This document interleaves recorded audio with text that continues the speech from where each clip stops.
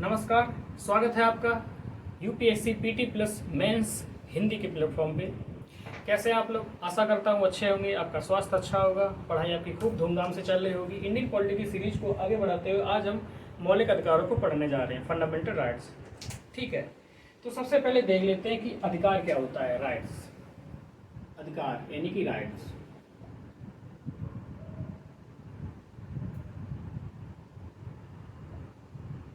अधिकार, ठीक है, तो इनको मोटे तौर पे दो भागों में बांटा जाता है। एक होते हैं पॉजिटिव राइट, धनात्मक अधिकार,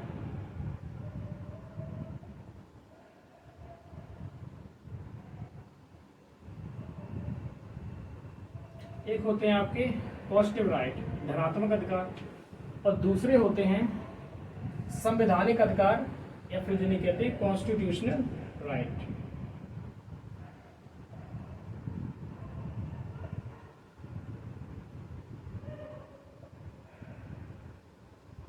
ठीक है,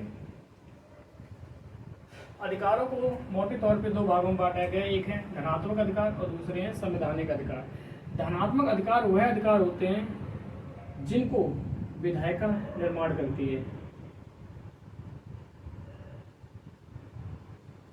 विधायिका निर्मित होते हैं, यानी कि देश की जो पार्लियामेंट होती है, जो विधायिका होती है, जो कि विधियों को निर्माण करती है। हमने बताया था कि सरकार के तीन अंग होते हैं, एक विधायिका, दूसरा कार्यपालिका और तीसरी न्यायपालिका। विधायिका विधियों का निर्माण करती है, कानून बनाती है, कार्यपालिका उनको एग्जीक्यूट करती है, क्रियान्वयन करती है, और न्यायपालिका विवादों को निपटाती है।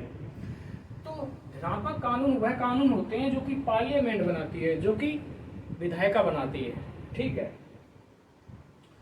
और जो कॉन्स्टिट्यूशनल जो राइट होते हैं, संवैधानिक अधिकार होते हैं, वो दो प्रकार के होते हैं। एक वो जो भारतीय संविधान के भाग 3 में दिए गए हैं, जिन्हें मौलिक अधिकार कहते हैं, फंडामेंटल राइट्स कहते हैं, और दूसरे कुछ अदर होते हैं, यानी कि अदर देन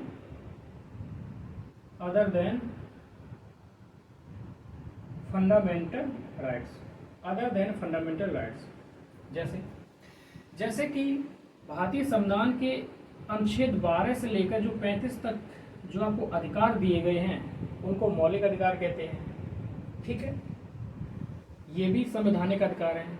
ठीक है, संवैधानिक अधिकार का सीधा मतलब ये होता है जिनका उल्लेख संविधान में किया गया है, जिनका उल्लेख संविधान के विभिन्न प्रावधानों के माध्यम से किया गया है, उन्हें संवैधानिक अधिकार कहते हैं, कॉन्स्टिट्यूशनल राइट कहते हैं। ये दो प्रकार के हो जाते हैं, एक भाग 3 में आते हैं और कुछ उसके बाहर आ जाते हैं। भाग 3 में कौन आते हैं? भाग 3 में आते हैं अनुच्छेद 12 से लेकर अनुच्छेद 35 तक। ठीक है, ये आपके मौलिक अधिकार होते हैं। मौलिक अधिकार यानी कि वह बुनियादी अधिकार होते हैं जो व्यक्ति के विकास के लिए अपरिहार्य होते हैं, आवश्यक होते हैं, जरूरी होते हैं। और जो अदर होते हैं अधिकार, जो फंडामेंटल राइट तो नहीं होते हैं लेकिन संवैधानिक अधिकार तो होते ही हैं। तो इनमें आ जाएगा आपका आर्टिकल 3 से ए आ जाएगा, संपत्ति का अधिकार। संपत्ति का अधिकार वर्तमान में एक लीगल राइट है, एक संवैधानिक अधिकार है, यह मौलिक अधिकार नहीं है, पहली बात। इसी प्रकार का आपका आ जाएगा आर्टिकल 3 से 1। आर्टिकल 3 से 1 में कहा गया है कि व्यक्ति को वाणिज्य एवं व्यापार और समागम की स्वतंत्रता प्राप्त होगी। इसका मतलब कोई व्यक्ति कोई भी व्यवसाय कर सकता है, कोई भी वाणिज्य कर सकता है, साथ ही साथ भारत के किसी भी राज्य के साथ व्यापार कर सकता है। ठीक है, ये लिबर्टी देता है आर्टिकल 3 से 1। इसी प्रकार एक आर्टिकल है 3 से 26, ये बात करता है एडल्ट फ्रेंचाइज की, यानी कि वयस्क मताधिकार की। यानी कि आपकी उम्र 18 वर्ष या उससे अधिक हो चुकी है तो आप देश के किसी भी चुनाव में भाग ले सकते हैं, उसमें अपना मत दे सकते हैं, वोट दे सकते हैं। ठीक है, तो हमने कहा राइट दो प्रकार के होते हैं, एक पॉजिटिव राइट यानी धनात्मक अधिकार होते हैं।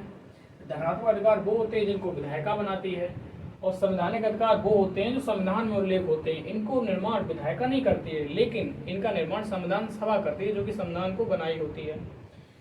इनको दो भागों में मोटे तौर पर बांटा जा सकता है। एक भाग 3 में भी अधिकार दिए गए हैं 12 से 35 तक, जिनको मौलिक अधिकार कहते हैं, और कुछ अदर देन फंडामेंटल राइट्स, यानी कि जो मौलिक अधिकार तो नहीं है, मौलिक अधिकारों के रूप में तो आपको नहीं प्रदान किए गए हैं लेकिन अधिकार तो हैं आपके, जैसे 3 से A, ठीक है, संपत्ति का अधिकार, घूमने का अधिकार, और ये है एडल्ट फ्रेंचाइज, वयस्क मताधिकार, ठीक है। अब हम आ जाते हैं सीधे मौलिक अधिकारों पर। मौलिक अधिकारों पर तो मौलिक अधिकारों का उल्लेख संविधान के भाग 3 के अंतर्गत किया गया है। मौलिक अधिकार, फंडामेंटल राइट्स।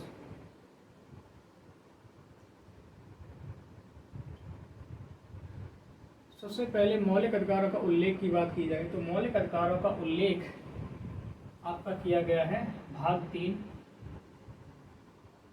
में किया गया है। अनुच्छेद 12 से लेकर 35 तक इनका उल्लेख किया गया है, ठीक है। अब मौलिक अधिकारों का सबसे पहले मतलब देख लेते हैं।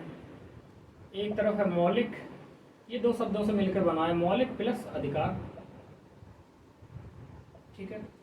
सबसे पहले हम देख लेते हैं कि अधिकार का मतलब क्या है, उसके बाद देख लेते हैं कि मौलिक का मतलब क्या है, उसके बाद जो भी मौलिक अधिकारों की डेफिनेशन होगी, जो भी परिभाषा होगी, आप स्वतः ही उसको क्रिएट कर सकते हैं, जनरेट कर सकते हैं। तो अधिकार का मतलब क्या होता है? अधिकार का मतलब होता है एक ऐसी स्वतंत्रता जिसको वैधानिक संरक्षण प्राप्त हो तो वो आपका अधिकार बन जाता है। यानी कि इसमें क्या होती है, एक तो स्वतंत्रता होती है, स्वतंत्रता होगी, लेकिन उसको क्या होगा, वैधानिक संरक्षण, वैधानिक संरक्षण, ठीक है। फॉर एग्जाम्पल, हमने आपसे कहा है कि आपको लिबर्टी है, आपको फ्रीडम है, आज़ादी है कि आप कोई भी व्यवसाय अपनी मर्जी से चुन सकते हैं और अपनी जीविका चला सकते हैं, ठीक है। अभी तक आपकी ये क्या है, स्वतंत्रता है। लेकिन कल को आके राज्य आपसे कहेगा, सरकार आपसे कहेगी नहीं कि आप ये व्यवसाय नहीं चुन सकते हैं, क्योंकि हमने इस प्रकार का एक कानून बना दिया है कि आप किसी खास वर्ग के लोग इस व्यवसाय का चयन नहीं कर सकते हैं। जैसे कि थोड़ा सोचिएगा, देश में आज़ाद होने से पहले जो निचली जातियां थीं तो उनको परंपरागत रूप से कुछ विशेष जो आपके कार्य होते थे वो दिए जाते थे, ठीक है। ये चीज़ें आपको पता है। तो स्वतंत्रता मतलब अभी तक तो यही है कि आपको स्वतंत्रता है, कोई भी व्यवसाय चयन कर सकते हैं, लेकिन सरकार कभी भी आपको आपके उस स्वतंत्रता से वंचित कर सकती है। लेकिन अगर हम इसको वैधानिक संरक्षण दे दें तो फिर क्या होगा, ये स्वतंत्रता है ना, आपका अधिकार बन जाएगा, और अधिकार को आपसे कोई नहीं छीन सकता है क्योंकि वो आपका अधिकार है। तो प्रश्न उठता है कि वैधानिक संरक्षण देगा कौन? तो ये देती है आपको कौन? आपका संविधान देगा। वैधानिक संरक्षण देगा आपका संविधान, जो देश की मूल विधि होती है, जो देश की सर्वोच्च विधि होती है, वो देती है। और उसके बाद में ये भी कह दिया जाता है कि अगर कोई भी संशोधन विधायिका करती है अगर संविधान में, और वो देश की मूल विधि के प्रावधानों से संगत नहीं होता है, तो उसको सुप्रीम कोर्ट खारिज भी कर देती है। तो एक प्रकार की ऐसी स्वतंत्रता जिसको वैधानिक संरक्षण प्राप्त हो तो उसे क्या कहते हैं, अधिकार कहते हैं, ठीक है। वैधानिक संरक्षण कौन देता है? संविधान देता है, सर्वोच्च विधि देती है, राइट। मौलिक का मतलब क्या है? मौलिक का मतलब 2 अर्थों में होता है। एक होता है मौलिक यानी कि सृजनात्मक, यानी क्रिएटिविटी के सेंस में, और दूसरा होता है बेसिक के सेंस में। तो यहाँ पर मौलिक का मतलब है बुनियादी, बुनियादी यानी कि बेसिक, बेसिक यानी कि अब इसकी डेफिनेशन आप बना सकते हैं, यानी कि व्यक्ति को प्राप्त वह बुनियादी स्वतंत्रता, व्यक्ति को प्राप्त वह बुनियादी स्वतंत्रताएं जिनको वैधानिक संरक्षण प्राप्त हो उन्हें मौलिक अधिकार कहते हैं, ठीक है। बात समझ में आ रही है? अब अधिकारों के अंतर्गत आपने ये भी देख लिया कि भाग 3 में उल्लेख किया गया, अनुच्छेद 12 से 35 तक के बीच में इनका उल्लेख किया गया। अब जरा इनके पृष्ठभूमि देख लें अधिकार की। आपने भारतीय इतिहास को पढ़ा होगा तो राष्ट्रीय आंदोलन में काफ़ी महत्वपूर्ण इवेंट्स आपके सामने आएंगे। जब नेशनल मूवमेंट चल रहा था उस समय क्या होता था, जो ब्रिटिश सरकार थी भारतीयों को कभी भी गिरफ्तार कर लेती थी, ठीक है। किसी भी भारतीयों को कभी भी उसको उसकी हत्या कर देती थी, गोली मार देती थी, और कोई रिस्पॉन्सिबल नहीं होता था उस समय, ठीक है ना। जैसे कि रॉलेट एक्ट की बात करें, रॉलेट एक्ट जब 1919 में आया था तो इसको कहा जाता था बिना दलील, बिना वकील और बिना अपील का कानून है। यानी कि ना कोई वकील होगा, ना कोई दलील होगी, ना कोई अपील हो सकती है कहीं भी। और संदेह के आधार पर किसी व्यक्ति को कोर्ट में ले लिया जाता था, गिरफ्तार कर लिया जाता था। कभी कभी तो लोग मर भी जाते थे। तो कहने का मतलब वहाँ कोई अधिकार ही नहीं था, जीवन का अधिकार नहीं था, स्वतंत्रता का अधिकार नहीं था, ठीक है ना। इसी प्रकार अब देखते हैं कि प्रेस सेंसरशिप की बात करें। जब भी इंडियन नेशनल कांग्रेस जब भी कोई मूवमेंट स्टार्ट करती थी तो क्या किया जाता, उस पर बैन लगा दिया जाता था। उसका जो संगठन था उस पर बैन लगा दिया जाता था। प्रेस सेंसरशिप, अखबारों पर बैन लगा दिया जाता था, ठीक है ना।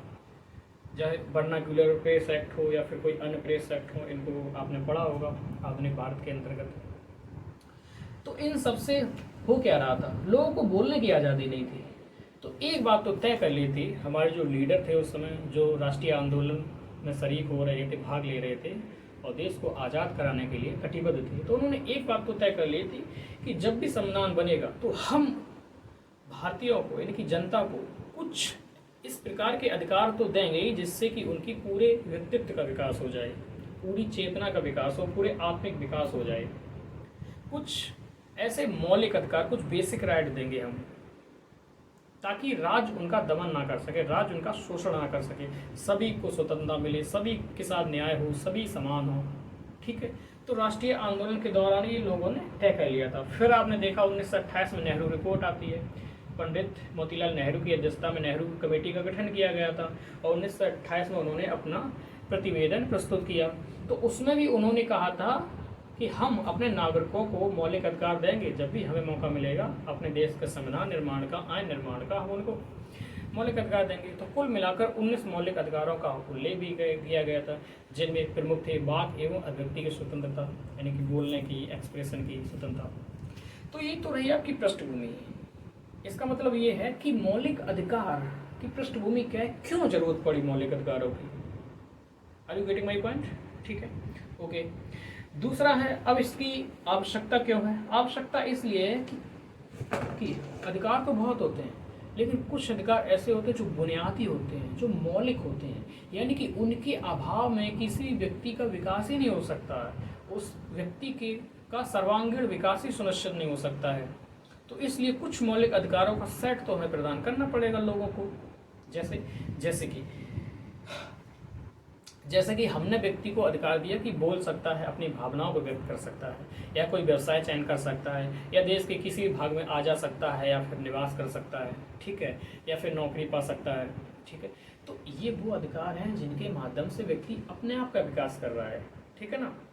जैसे कि कोई भी आजीविका का साधन अपना सकता है, अगर उसको अधिकार है तो वो क्या कर रहा है, अपनी आर्थिक स्थिति मजबूत कर रहा है, ठीक है। शिक्षा का अधिकार से अपने शिक्षित हो रहा है, ठीक है ना। स्वास्थ्य का अधिकार अगर मिल रहा है तो स्वास्थ्य अच्छा हो रहा है। तो इन सब के माध्यम से हो क्या रहा है, इन सब के माध्यम से उसका विकास हो रहा है। तो यही तो है बुनियादी अधिकार,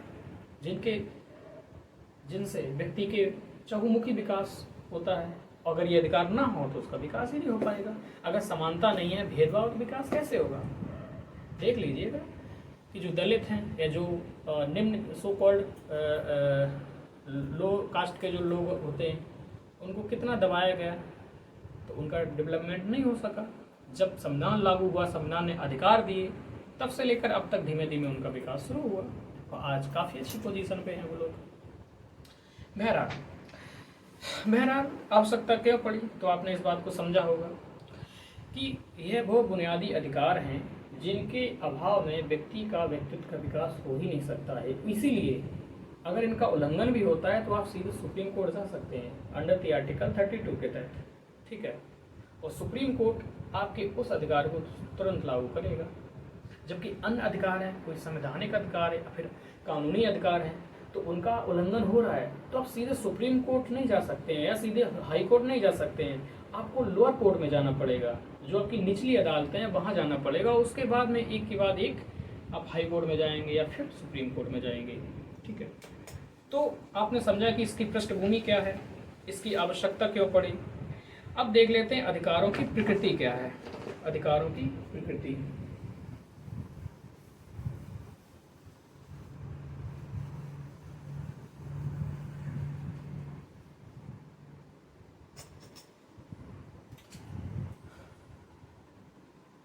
फंडामेंटल राइट्स, मौलिक अधिकारों की प्रकृति, नेचर क्या है इनका। ठीक है, सबसे पहले आइए यहाँ पे जो मौलिक अधिकार हैं, तो मौलिक अधिकारों को कहाँ से ग्रहण किया गया, तो बिल ऑफ राइट्स। अमेरिका का जो bill of rights, bill of rights क्या है इसको समझिए। अमेरिका में उनके नागरिकों को कुछ मूलभूत, कुछ बुनियादी अधिकार दिए गए थे, उनके लिए एक बिल आया था, इसीलिए कहते हैं बिल ऑफ राइट्स, यानी अधिकारों का घोषणा पत्र। ठीक है, अधिकारों का प्रपत्र। तो इसके माध्यम से अमेरिकी नागरिकों को अधिकार दिए गए थे। तो हमने क्या किया, जो मौलिक अधिकार हमारे संविधान में सम्मिलित हैं, हमने अमेरिका से ही लिया है, तो बिल ऑफ राइट्स से ही लिया है। अंतर क्या है, अंतर ये है कि जो अमेरिका है, अमेरिका में ये अधिकार क्या है, निरपेक्ष रूप में है, और भारत में ये अधिकार कैसे है, भारत में ये अधिकार कैसे है, सापेक्षिक है। इन दोनों का मतलब क्या है, निरपेक्ष का मतलब क्या है, निरपेक्ष का मतलब है कि आपको अधिकार तो दिए हैं, लेकिन युक्ति युक्त कोई प्रतिबंध नहीं आरोपित किए जा सकते हैं, यानी कि आपको कंप्लीट लिबर्टी दी गई है, कंप्लीट राइट दिए गए हैं, आप पर कोई प्रतिबंध नहीं लगाया जा सकता है। और हमारे यहाँ क्या है इंडिया में, इंडिया में ये है कि आपको अधिकार तो दिए गए हैं, लेकिन रीजनेबल रिस्ट्रिक्शन भी इम्पोज किए जा सकते हैं, आरोपित किए जा सकते हैं। इसका मतलब क्या हुआ, इसका मतलब ये हुआ, भारतीय संविधान क्या कहता है, आपको बोलने का अधिकार है। ठीक है, संविधान ने कहा है वाक व अभिव्यक्ति की स्वतंत्रता है अंडर द आर्टिकल 19 क्लास 1 सब क्लास ए के तहत। इसका मतलब ये तो नहीं हुआ कि आप किसी को गाली दे रहे हैं, किसी के साथ अभद्र व्यवहार कर रहे हैं, उसकी मानहानि कर रहे हैं। ठीक है, आप लोगों को सांप्रदायिक दंगों के लिए उकसा रहे हैं, आप ऐसा तो नहीं कर सकते, क्योंकि अगर आप ऐसा जैसे ही करेंगे तो क्या होगा, आपका अधिकार वहीं सीमित हो जाएगा। अधिकार के बारे में एक प्रसिद्ध स्टेटमेंट है जिसमें कहा जाता है कि आपका अधिकार वहीं तक है जहां तक कि दूसरे के अधिकार समाप्त नहीं होते हैं। आप अपने अधिकार का को एंजॉय कीजिए, ठीक है, लेकिन आप दूसरे के अधिकार को सीमित नहीं कर सकते हैं। ठीक है, यानी कि स्वतंत्रता कहाँ तक है, स्वतंत्रता वहाँ तक है जहाँ तक आप दूसरे की स्वतंत्रता में हस्तक्षेप नहीं करते हैं। उसके बाद विधि बोल पड़ेगी, विधि तभी तक मौन रहेगी जब तक आप अपने ही अधिकारों का उल्लेख को एंजॉय कर रहे हैं। तो अमेरिका की बात करें, अमेरिका में कितनी लिबर्टी है, इसका एक एग्जांपल देखिए। अमेरिका में फेसबुक हो या व्हाट्सएप हो या कोई भी सोशल मीडिया अकाउंट हो, वो वहाँ के राष्ट्रपति तक की आलोचना कर सकता है, राष्ट्रपति तक को चेतावनी दे सकता है, उनकी आलोचना कर सकता है। लेकिन भारत में क्या फेसबुक हमारे प्रधानमंत्री आलोचना कर सकते हैं? आप समझ सकते हैं वर्तमान में अधिकारों की का जो स्टेटस क्या है इंडिया में।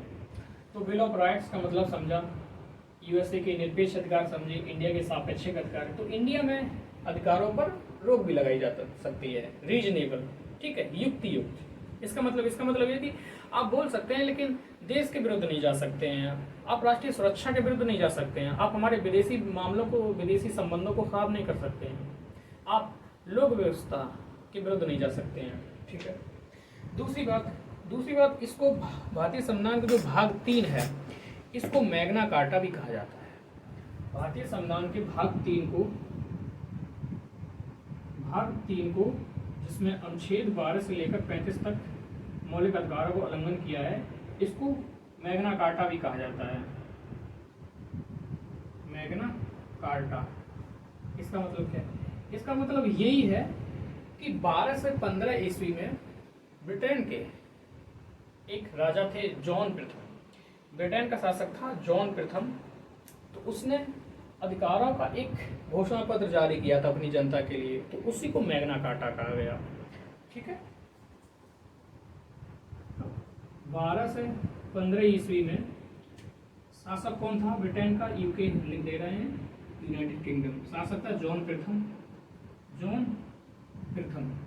ठीक है, इसने दिया था अधिकारों का घोषणा पत्र, अधिकारों का घोषणा पत्र ये जारी किया था। ठीक है, तो आपने देखा कि बिल ऑफ राइट्स, फिर एब्सोल्यूट या फिर रिलेटिव, आपने ये भी मैग्ना कार्टा देख ला, मैग्ना कार्टा का मतलब देखा। अब आ जाते हैं कि इनकी प्रकृति कैसी है। ठीक है, पहला मौलिक अधिकार यानी कि फंडामेंटल राइट्स, ये नागरिकों को प्राप्त है और कुछ गैर नागरिकों को भी प्राप्त है।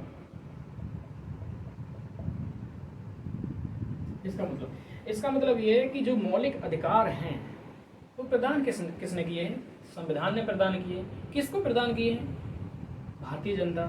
यानी कि हमारे जो नागरिक हैं उनको भी प्राप्त है मौलिक अधिकार और जो गैर नागरिक हैं उनको भी अधिकार प्राप्त है। लेकिन एक बात जो बहुत ही महत्वपूर्ण है, उसको विशेष तौर पे आप याद रखिएगा कि कुछ मौलिक अधिकार ऐसे हैं जिन्हें भारतीय संविधान केवल अपने नागरिकों को, केवल अपने सिटीजन को प्रदान करता है, जबकि शेष मौलिक अधिकार सभी लोगों को समान रूप से प्राप्त होते हैं। अब वो कौन मौलिक अधिकार है? अब वो कौन मौलिक अधिकार हैं जिनको केवल भारतीय नागरिकों को ही प्राप्त है? तो आपका मौलिक अधिकार आ जाएगा 15 आ जाएगा, 16 आ जाएगा, 19 आ जाएगा, 29 और 30 आ जाएगा।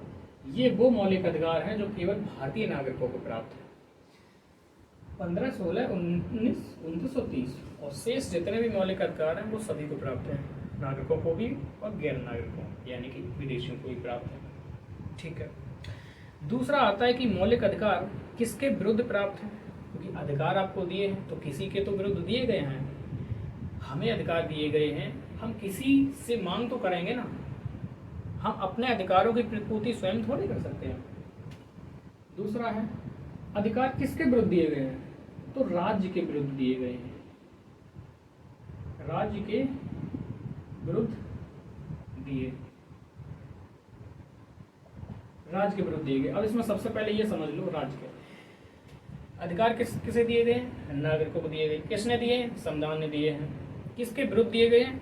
राज्य के विरुद्ध दिए गए। अब राज्य क्या है? राज्य को समझने के लिए हम आर्टिकल जब 12 को समझेंगे ना तो उसमें खूब विस्तृत तरीके से समझाया गया है कि स्टेट का मतलब क्या है, राज्य का मतलब क्या है।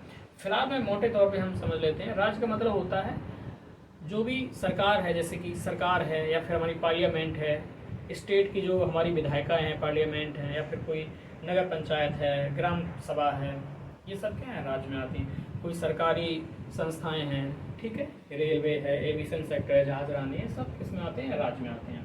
ठीक है, तो राज्य के विरुद्ध दिए गए हैं। ठीक है, अब ये देख लीजिए, अपने संविधान की प्रस्तावना को पढ़ा होगा हमने पिछले लेक्चर में, प्रीएम्बल ऑफ द कॉन्स्टिट्यूशन को आपको पढ़ाया होगा। उसमें एक सेंटेंस आता है, उसमें आता है बी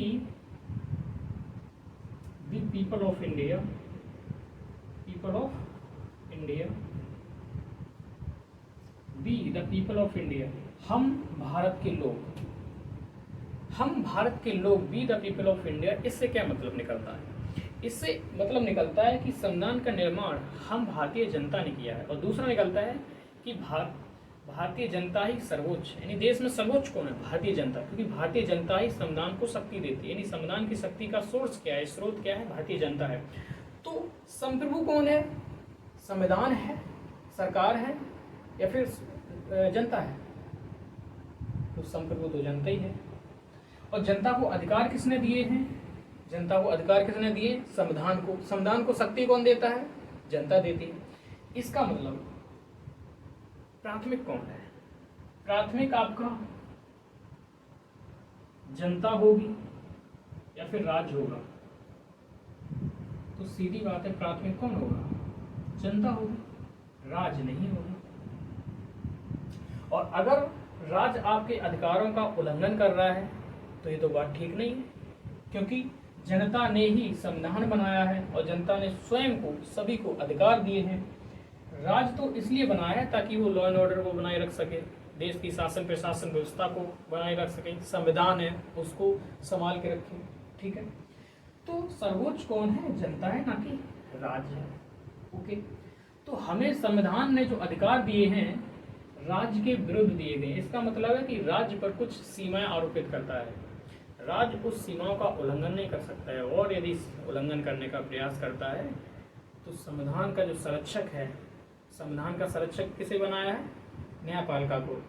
अगर राज्य अधिकारों का उल्लंघन करने की चेष्टा करता है तो न्यायपालिका उसको रोक देगी।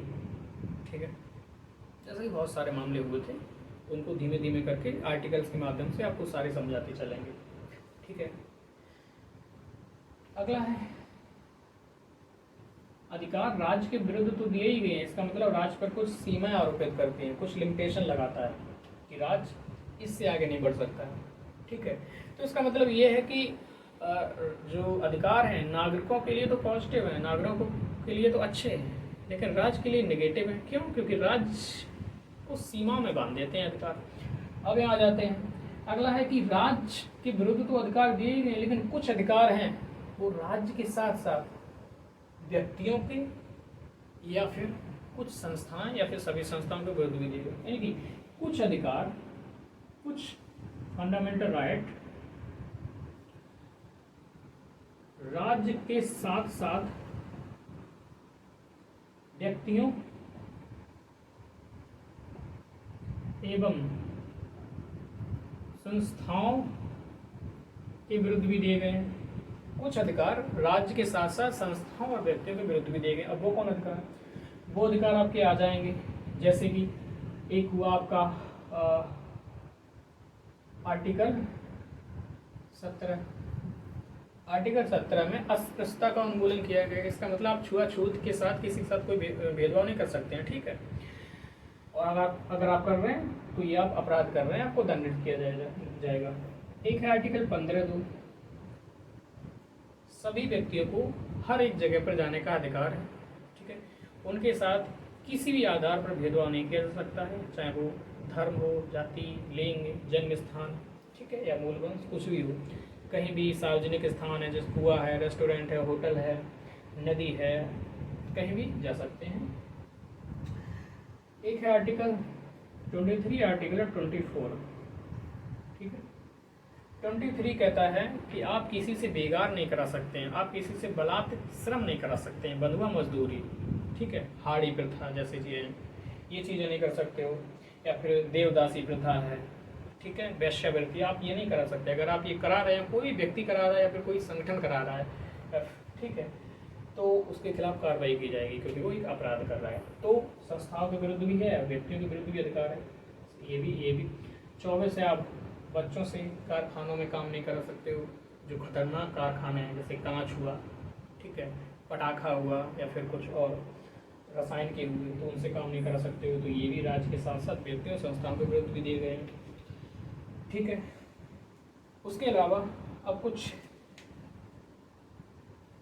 इधर मिटा देते हैं और देख लेते हैं।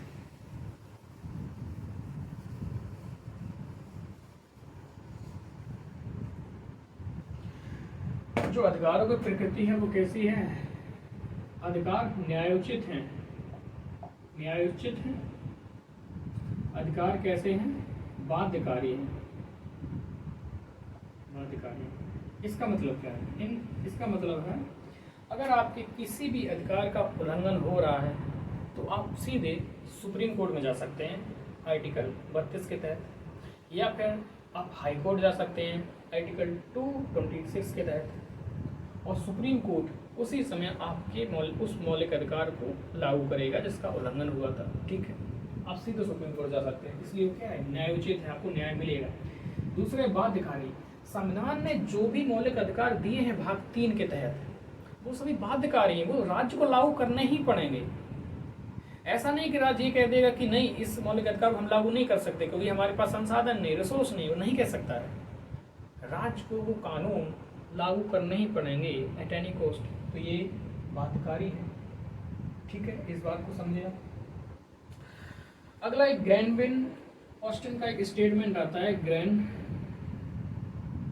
Granville Austin. ये कहते हैं मौलिक अधिकारों के संदर्भ में कुछ बात कहते हैं। ये कहते हैं कि मौलिक अधिकार भारतीय संविधान में लोकतंत्र का आधार है, यानी कि मौलिक अधिकार भारतीय संविधान में लोकतंत्र का आधार स्तंभ है। इसका मतलब है कि अगर भारतीय संविधान से मौलिक अधिकारों को आप रिमूव कर दे रहे हो, हटा दे रहे हो, तो संविधान कैसा बन जाएगा? गैर लोकतांत्रिक। तो आपकी जो स्टेट है, आपका जो देश है, उसकी प्रकृति क्या हो जाएगी? एक गैर लोकतांत्रिक हो जाएगा, लोकतंत्र समाप्त हो जाएगा। फॉर एग्जाम्पल ये है कि हमारा जो भी संविधान है, जो कॉन्स्टिट्यूशन है, हमारा जो भी कॉन्स्टिट्यूशन है, उसमें से अगर फंडामेंटल राइट्स, केवल एक फंडामेंटल राइट को हटा दें, वो है आपका आर्टिकल 19। आर्टिकल 19(1) के तहत जितने भी 6 अधिकार दिए गए हैं, पहले 7 थे लेकिन अब 6 हैं, ठीक है, संपत्ति के अधिकार को समाप्त कर दिया गया था। तो अगर भारतीय संविधान से केवल आर्टिकल 19 हटा दिया जाए, तो आपका जो स्टेट है, आपका जो देश है, आपका जो संविधान, उसकी प्रकृति क्या हो जाएगी? गैर लोकतांत्रिक हो जाएगी, नॉन डेमोक्रेटिक स्टेट हो जाएगा, आपका NDS हो जाएगा। आपके देश में लोकतंत्र नहीं बचेगा। जिस तरह से फिर चाइना है, नॉर्थ कोरिया, आप उसी स्टेट की श्रेणी में प्रवेश कर जाएंगे। आपके यहाँ ना तो संविधानवाद बचेगा, ना ही अधिकार बचेंगे, और ना ही स्वतंत्रता बचेगी, ना ही लोकतंत्र बचेगा, ठीक है। तो इनके कहने का मतलब समझिए कि मौलिक अधिकार भारतीय लोकतंत्र का आधार स्तंभ है, ठीक है। स्तंभ का मतलब होता है कि जो इमारत होती है वो स्तंभों पर टिकी होती है। अगर उसमें से एक स्तंभ हटा दिया ना, इमारत ढह जाएगी। तो आप उसमें से केवल इसको रिमूव कर दो, आपका पूरा संविधान ढह जाएगा। अगला एक स्टेटमेंट आता है सुप्रीम कोर्ट का। सुप्रीम कोर्ट ने कहा है, सुप्रीम कोर्ट कह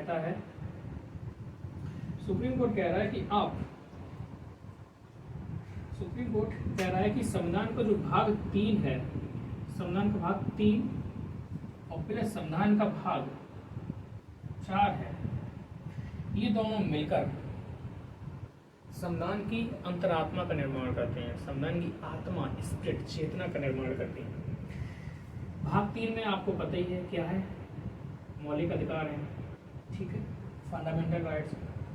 भाग 4 में क्या है, नीति निर्देशक तत्व है, DPSPs,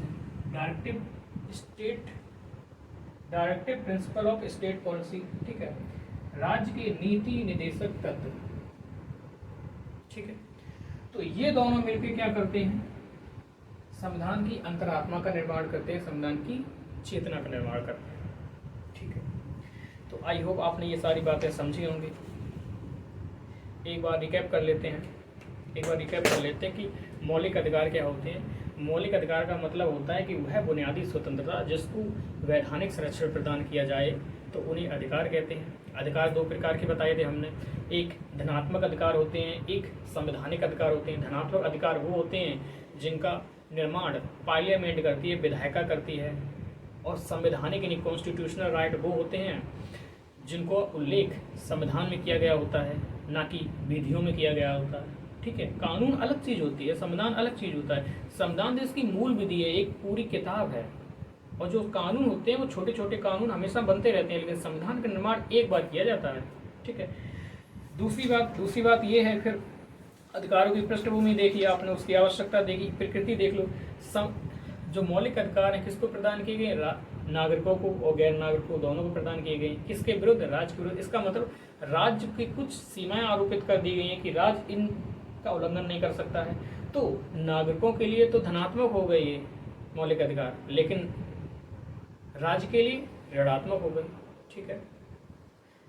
जैसे कि संपत्ति का अधिकार एक मौलिक अधिकार था, ठीक है। अब राज्य क्या कर रहा है, राज्य को कल्याणकारी कार्य भी करना है, लोगों का विकास भी करना है, तो राज्य क्या करेगा, रोडें बनाएगा। और राज्य रोडें बना रहा है माना कि, लेकिन किसी के खेत में आ गई रोड, और खेत वाले ने कह दिया कि नहीं, जो संपत्ति का अधिकार एक मेरा एक फंडामेंटल राइट है, आप उनका उल्लंघन नहीं कर सकते, आपको हम जमीन नहीं देंगे, ना आप छीन सकते हो, उसी में सुप्रीम कोर्ट में चला जाएगा, तो उस समय रोड नहीं बन पाएगी। ये स्थिति थी उस समय की, ठीक है। तो दूसरी बात ये है कि अधिकार जो दिए गए हैं, किसे दिए गए हैं, नागरिकों को दिए गए हैं, ठीक, ओके। तो देश में सर्वोच्च कौन है, नागरिक है, ना कि राज्य है। जॉन लॉक की थोड़ी सी पढ़ रहे हैं, तो जॉन लॉक को देखते चलें। जॉन लॉक पश्चिम के बहुत ही एक प्रसिद्ध विचारक हैं और उदारवाद के जनक भी कहा जाते हैं, यानी जो पूंजीवाद है उसका राजनीतिक आधार है उदारवाद। ठीक है, तो जॉन लॉक ने कहा था कि व्यक्ति जन्मजात कुछ प्राकृतिक अधिकारों का स्वामी होता है। कुछ प्राकृतिक अधिकार वो जन्म लेते ही उसका स्वामी होता है, उनको लेके पैदा होता है। वो क्या है? वो है जीवन का अधिकार, संपत्ति का अधिकार, स्वतंत्रता का अधिकार।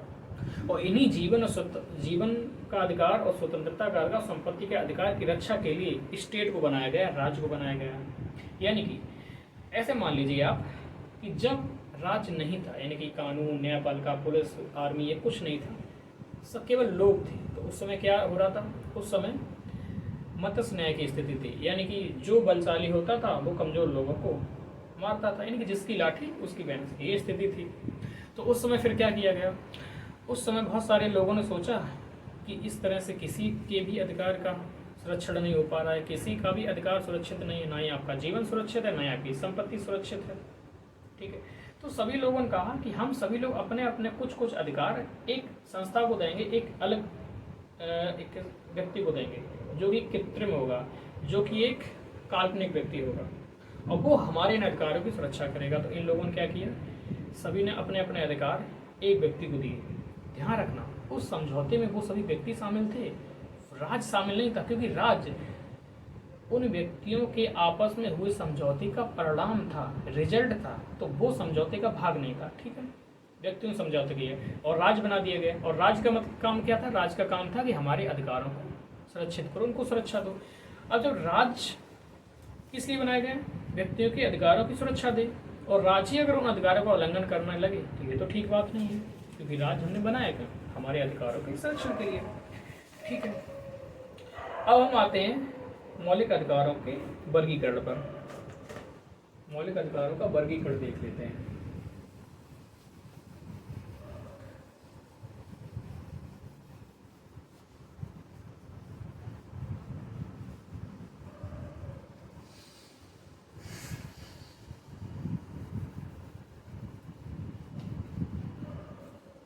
मौलिक अधिकारों का वर्गीकरण।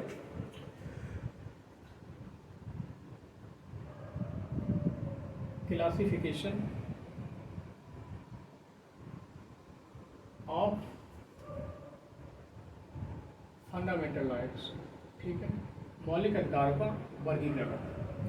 इसको मोटे तौर पे 4 भागों में बांट के हम लोग पढ़ सकते हैं। पहले वर्गीकरण में आता है आपका peripheral class of fundamental right. Peripheral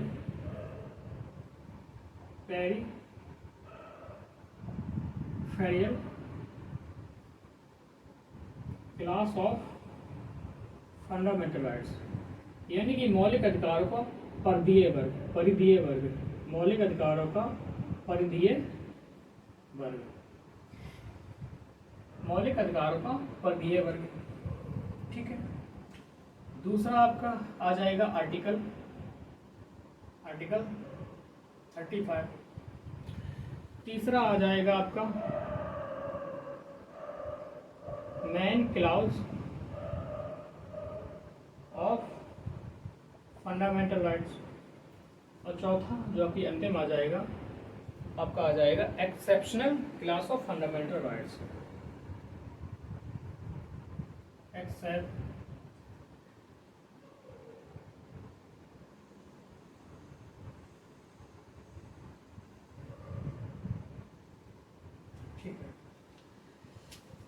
तो मौलिक अधिकारों को जो वर्गीकरण किया गया है 4 भागों में किया गया है। पहला है आपका peripheral class of fundamental rights. इसका मतलब क्या है? यानी कि जो परिधीय आपकी परिधि में आते हैं, इनकी उसके किनारे आते हैं, तो उसमें 2 आर्टिकल आते हैं मुख्यतः। पहला है आर्टिकल 12 और एक है आर्टिकल 13। Article 12, article 13। देखिएगा, इसका मतलब ये है कि आर्टिकल 12 और आर्टिकल 13 किसी प्रकार के आपको अधिकार कोई नहीं देता है, आपको कोई अधिकार नहीं देगा, कोई आज़ादी नहीं देगा।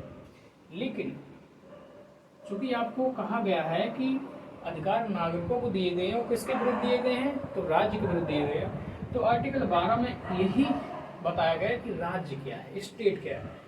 आखिरकार आप अपने अधिकार की मांग करोगे किससे? ठीक है।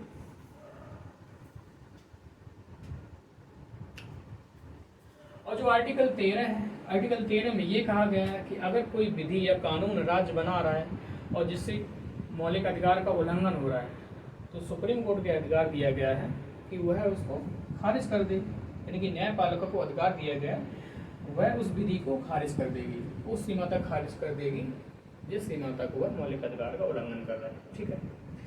तो ये आपके peripheral class of fundamental rights, ठीक है, मौलिक अधिकारों का वर्गीय वर्ग आता है।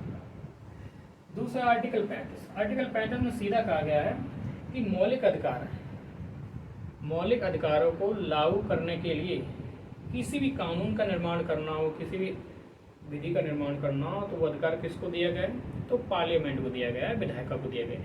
यानी कि विधायिका मौलिक अधिकारों के क्रियान्वयन से संबंधित किसी भी विधि को पारित कर सकती है। ठीक है। तो विधायिका यानी संसद हमारी जो है, विधायिका यानी कौन है? संसद है। संसद क्या कर सकती है? मौलिक अधिकारों के क्रियान्वयन हेतु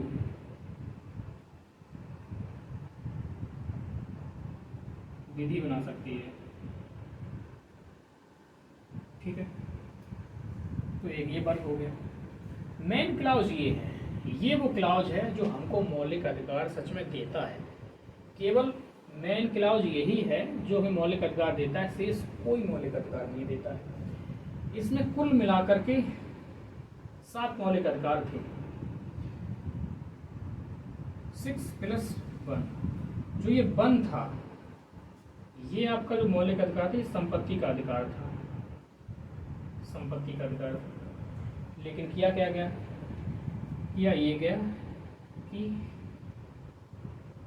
हमने एक संशोधन किया था 48वां, I think I am right, sorry 44वां संविधान संशोधन किया जाता है। 44वां संविधान संशोधन किया जाता है कब? 1978 में। याद ऐसे रखिए, 4 और 4 8, तो 8 पीछे। ठीक है। और एक 42 आता है, तो 4 और 2 6, और 1976 में हुआ। ठीक है, ऐसे याद करिए। तो मूल संविधान जो हमारा बना था, जो 26 जनवरी 1950 को लागू हुआ था, उस समय संविधान में 7 मूल अधिकार थे। ठीक है। उनमें से एक संपत्ति का अधिकार भी था, और संपत्ति के अधिकार को 44वां संविधान संशोधन 1978 के द्वारा इसको समाप्त कर दिया गया, और इसको आर्टिकल 300A में डाल दिया गया। अब बात की जाए जो हमारा संपत्ति का अधिकार, जो कि हमारा एक फंडामेंटल राइट था, उसका स्टेटस क्या है वर्तमान में? उसका स्टेटस है आपका क्या है? वो एक लीगल राइट है। वो एक क्या है? लीगल राइट है, कानूनी अधिकार है, या फिर संवैधानिक अधिकार है, मौलिक अधिकार नहीं है। इस बात को ध्यान रखिएगा। तो कुल मिलाकर अधिकार हमारे बचे कितने? अधिकार केवल 6 हैं फिलहाल। केवल कितने बचे हैं? 6 अधिकार बचे हैं। कौन कौन बचे हैं उनको आगे हम देखते हैं। अगला है exceptional class of fundamental right. ये अपवाद दिए गए। ये आपको कोई मौलिक अधिकार देता नहीं है, बल्कि मौलिक अधिकारों का संकुचन करता है। यानी कि आपसे आपके मौलिक अधिकार ये तो कम करेगा या आपसे छीनेगा, आपको कोई मौलिक अधिकार नहीं देगा। तो इसमें कौन कौन आते हैं? इसमें आते हैं आर्टिकल 31A, 31B, 31C। इसी प्रकार आर्टिकल आपका 33 आ जाएगा, आपका आर्टिकल 34 आ जाएगा, आपका आर्टिकल 358 एंड 359। ये सारे आपके आर्टिकल इसके अंतर्गत आ जाएंगे। ये सारे वो मौलिक अधिकार हैं, वह आर्टिकल हैं जो आपको कोई अधिकार दे तो नहीं रहे हैं, बल्कि अधिकार में संकुचन कर रहे हैं, उनको कम कर रहे हैं, छीन रहे हैं। तो कौन कौन है इसमें देख लीजिए क्या क्या मतलब इनका। हालांकि आगे की क्लास में इनको बहुत ही ब्रॉड कंसेप्ट के रूप में आपको बताएंगे, लेकिन थोड़ा लेमेंटर में जानते हैं। 31 का मतलब इसका मतलब ये है कि आपकी जो संपत्ति का अधिकार है, संपत्ति का अधिकार आपका मौलिक अधिकार था उसमें, तो उसमें कहा गया कि हम आपकी संपत्ति को राज्य कब्जा कर सकता है, उसको अधिग्रहण कर सकता है, ठीक है, और जो बचा हुआ होगा वो आपको मिल जाएगा। यानी कि आपकी कोई कंपनी है या बैंक है, सरकार ने कहा मुझे चाहिए, तो सरकार वो ले लेगी। ठीक है, तो उसका मतलब ये हुआ। 31B का मतलब, 31B का मतलब ये हुआ जैसे कि बहुत सारे कानून थे। ठीक है, तो उस समय सरकार को लोक कल्याण के काम भी करने, कानून बना रही, जैसे जमींदारी प्रथा है उसका उन्मूलन कर रही थी।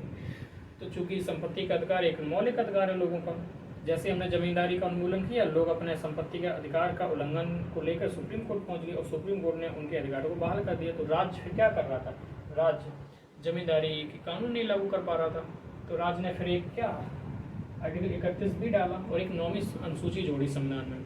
9वीं अनुसूची का मतलब ये था कि उसमें जो भी कानून बना के डाल दिया तो न्यायपालिका उसमें कोई ताक झाक नहीं कर सकती है। कानून डाल दिया तो डाल दिया उसमें। ठीक है, 31C का मतलब क्या था, 31C का मतलब ये था कि आर्टिकल 39B और C जो है, आर्टिकल 39B और C बात करता है कि संपत्ति का केंद्रीकरण नहीं होना चाहिए, संपत्ति का इस प्रकार से बंटवारा होना चाहिए जिससे कि उसका विकेंद्रीकरण हो, सभी में संपत्ति बढ़ जाए, समानता आ जाए। यानी कि ये कहीं ना कहीं समाजवाद के जो सिद्धांत उनके मूल हैं उनको आगे बढ़ा रहा था। तो कहा गया कि अगर आर्टिकल 14 का उल्लंघन हो रहा है, विधि के समझ समानता, या फिर आर्टिकल आपके 19 का उल्लंघन हो रहा है या फिर 31 का उल्लंघन हो रहा है, तो उसके आधार पे आप कोर्ट में नहीं जा सकते हैं। अगर सरकार आर्टिकल 39B और C को लागू कर रही है और इस दौरान आपके आर्टिकल 14 हुआ, 19 हुआ, 31 का उल्लंघन हो रहा है, तो आप कोर्ट नहीं जा सकते हैं। तो इनमें तीनों में ये बातें कहेंगे। आर्टिकल 33 में कहा गया है कि जो हमारी आर्मी होती है उनके कुछ मौलिक अधिकारों को कटौती की जा सकती है, कम कर दिया जाता है। जैसे पुलिस है, पुलिस कोई संगठन नहीं बना सकती है, कोई धरना प्रदर्शन नहीं दे सकती, क्योंकि नहीं आर्मी कर सकती ये काम, उनके मौलिक अधिकार को सीमित कर दिया जाता है, जबकि हमें अधिकार है वो सारा धरना प्रदर्शन देने का। क्योंकि अगर पुलिस भी ऐसा संगठन बना लेगी, धरना प्रदर्शन दे देगी, तो फिर राज्य कैसे चल पाएगा, अराजकता फैल जाएगी। आर्टिकल 34 पर कहा गया कि जब भी किसी देश में मार्शल लॉ लगा हुआ हो, सैन्य कानून लगा हुआ हो, तो उसमें कुछ मौलिक अधिकार में कटौती की जा सकती है। आर्टिकल 358, आर्टिकल 359, इन दोनों क्या गया, आर्टिकल 358 में कहा गया कि जब भी बाह्य आपातकाल लगता है, यानी कि हम किसी भी देश के साथ युद्ध में चले गए या किसी ने अटैक कर दिया, तो हमने आपातकाल लगा दी, इमरजेंसी लगा दी, और जैसे ही आपातकाल लगाया, इमरजेंसी लगाई, उसी समय आर्टिकल 358 स्वतः ही लागू हो जाएगा। इसके लिए कुछ अधिसूचना नहीं देनी पड़ेगी, स्वयं लागू हो जाएगा अपने आप। और जैसे ही 358 लागू होगा, आर्टिकल जो 19 के तहत जितनी भी आपको स्वतंत्रताएं प्राप्त थी, वो सारी आज़ादी आपकी समाप्त हो जाएगी। और जैसे आपातकाल समाप्त हो जाएगा, ये क्या होगा, अपने आप समाप्त हो जाएगा और ये अपने आप बाहर हो जाएगा। आर्टिकल 359 में गया, आर्टिकल 359 में ये क्या गया, अगर आपातकाल लगा है, चाहे वो बाह्य आपातकाल हो या फिर आंतरिक आपातकाल हो, उन दोनों ही केसेस में क्या होगा, राष्ट्रपति एक अधिसूचना जारी करेगा और वो यह तय करेगा कि आर्टिकल 20 और 21 को छोड़कर कौन कौन से आर्टिकल को समाप्त किया जाए, कौन कौन से मौलिक अधिकारों को निलंबित कर दिया जाए, सस्पेंड कर दिया जाए। क्योंकि मौलिक अधिकारों को समाप्त तो नहीं किया जा सकता है, उनकी जो परिवर्तन है, जो लागू हो, उनको निलंबित कर दिया जाता है कुछ समय के लिए। तो इसके लिए राष्ट्रपति क्या करेगा, एक अधिसूचना जारी कर देगा और आर्टिकल जो मौलिक अधिकार जितने भी दिए गए हैं उनमें से 20 को और 21 को छोड़ दिया जाए तो किसी मौलिक अधिकार में कटौती कर सकता है उस समय। तो इसमें ये कहा गया। तो कहने का मतलब आपने समझा होगा कि peripheral class of fundamental rights है, तो उसमें आर्टिकल 12 और 13 दिया गया है, ये कोई हमें अधिकार नहीं देता है। आर्टिकल 35 है, ये कोई हमें अधिकार नहीं देता है, लेकिन अधिकार को लागू करने के लिए कोई विधि बनाने की शक्ति देता है किसको, पार्लियामेंट को। ये हमें अधिकार देते हैं, और जबकि ये जो है हमसे अधिकार छीनते हैं, कम करते हैं, कटौती करते हैं। 31A हो, 31B हो, 31C हो, 33 हो, 34 हो, 358 हो, 359 हो। आई होप आपको बातें समझ में आ रही होंगी।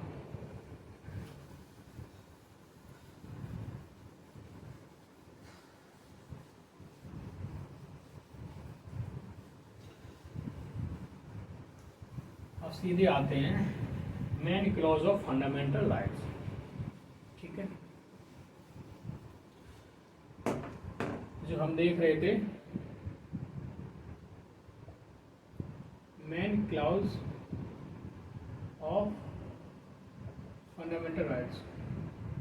ठीक है, तो इसमें मिलाकर कुल मिलाकर हमने कहा था कितने अधिकार दिए गए, मूल संविधान में 7 दिए गए थे, लेकिन 44वें संविधान संशोधन 1978 के माध्यम से संपत्ति के अधिकार को समाप्त कर दिया गया था। ठीक है, तो कुल मिलाकर अभी 6 अधिकार हैं। पहला अधिकार है आपका right to equality. Right to equality, ये अधिकार दिया है आपको आर्टिकल 14 से लेकर 18 तक दिया गया है। यानी कि आर्टिकल 14 से लेकर 18 तक समानता का अधिकार दिया गया है। दूसरा आपका अधिकार है right to freedom.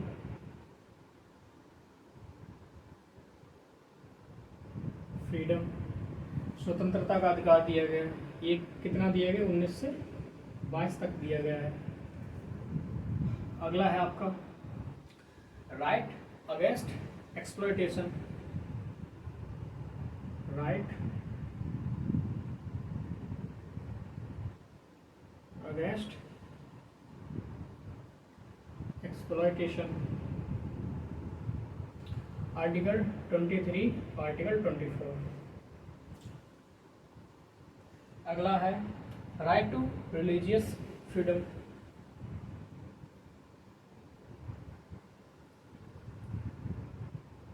Religious,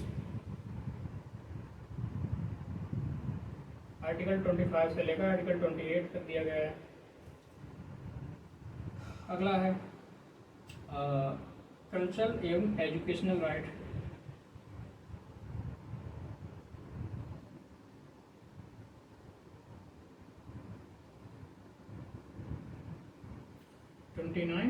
and 30। छठा जो कि अंतिम है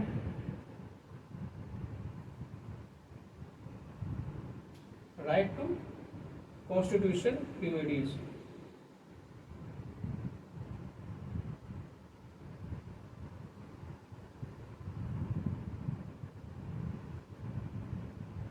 आर्टिकल 32।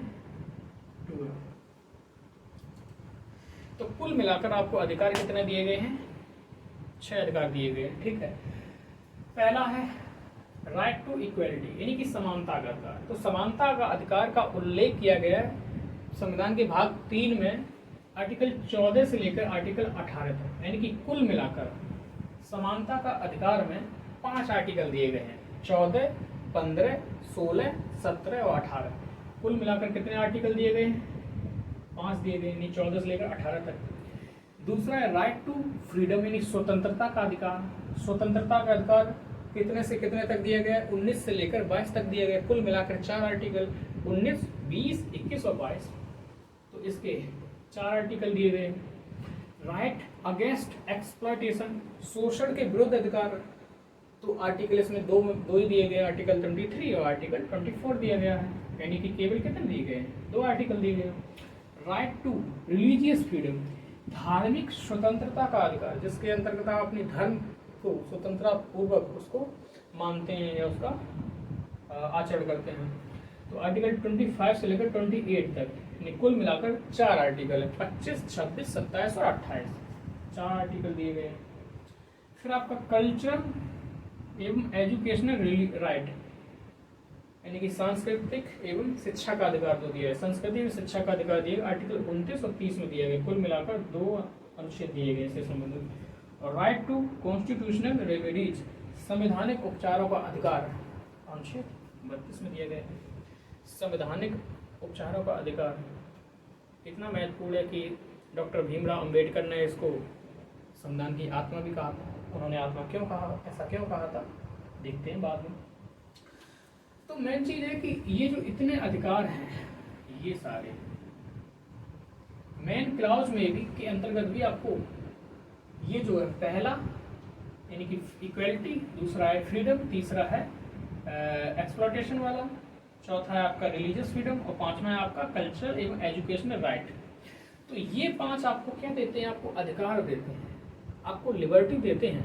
ठीक है, और इससे आप अपने व्यक्तित्व का विकास कर सकते हैं, अपना सर्वांगीण विकास कर सकते हैं, चहुमुखी विकास कर सकते हैं। ठीक, और जो ये है अधिकार, ये आपके अधिकार के उल्लंघन होने की स्थिति में उसका उपचार देता है। यानी कि ये वैद्य है, ये डॉक्टर है। अगर ये नहीं है तो इनका कोई मतलब नहीं है।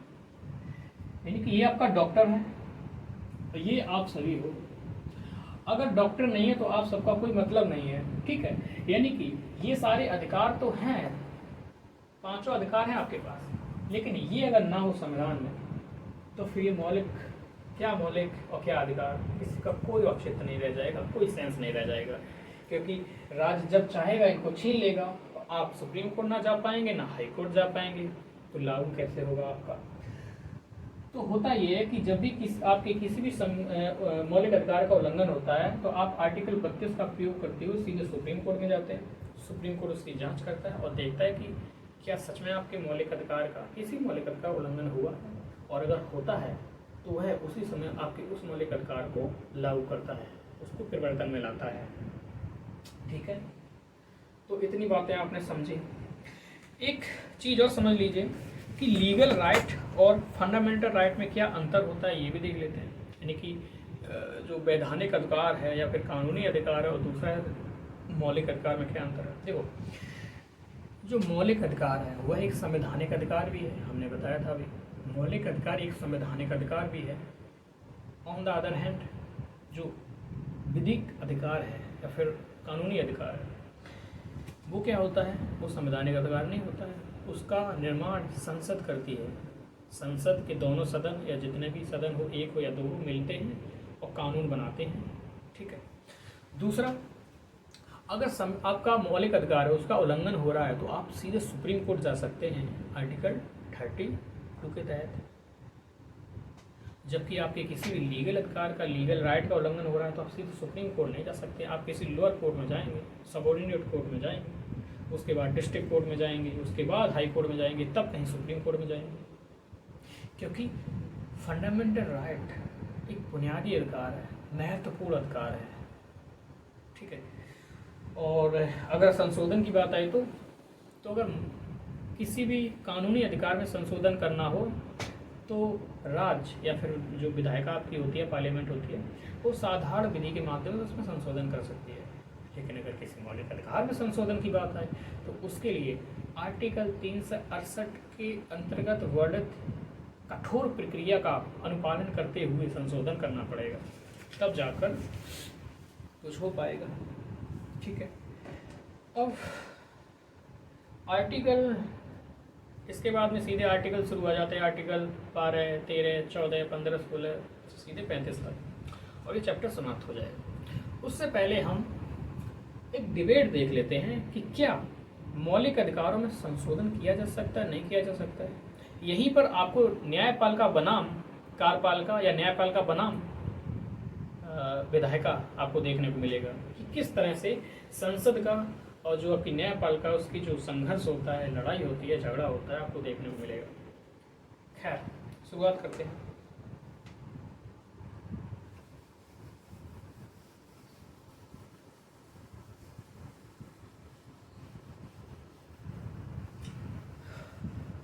कितने आर्टिकल हैं और किस आर्टिकल में क्या लिखा है, बार बार आपको बताता जाऊंगा, ताकि आपको ये चीज़ें हमेशा के लिए याद हो जाएं, आपको याद करना ही ना पड़े। ओके, लिखते हैं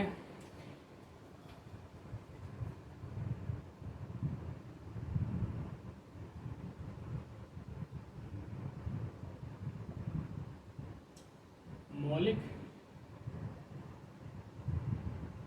अधिकारों की संशोधनीयता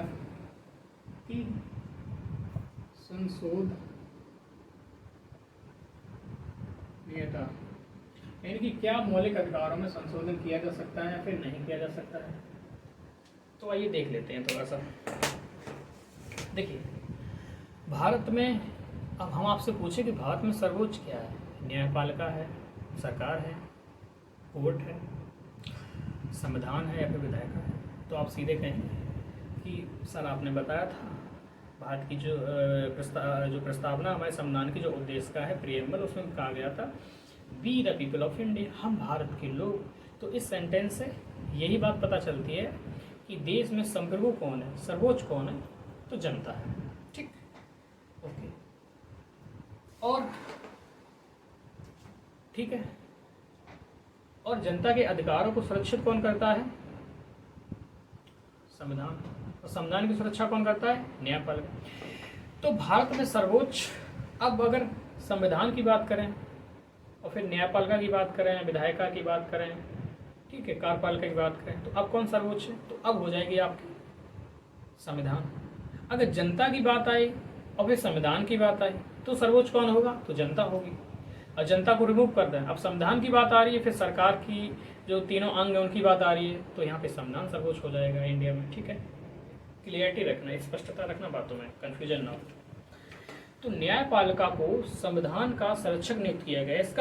इसका मतलब जो संविधान है हमारी सर्वोच्च विधि है, देश की मूल विधि है, और अगर इसमें विधायिका कोई संशोधन कर रही है और एक ऐसा संशोधन कर रही है जो मूल विधि के अनुरूप नहीं है, उससे संगत नहीं है, तो उसको खारिज करने का अधिकार भी हमने न्यायपालिका को दे रखा है।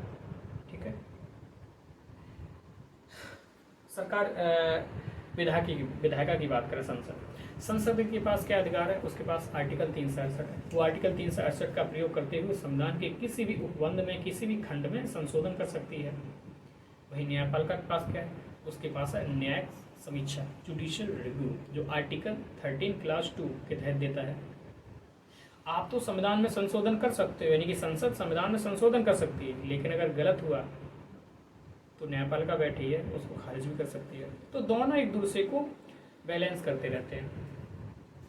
तो बात शुरू होती है 1951 से। 1951 में बात शुरू होती है। 1951 में एक मामला आता है, शंकरी प्रसाद मामला।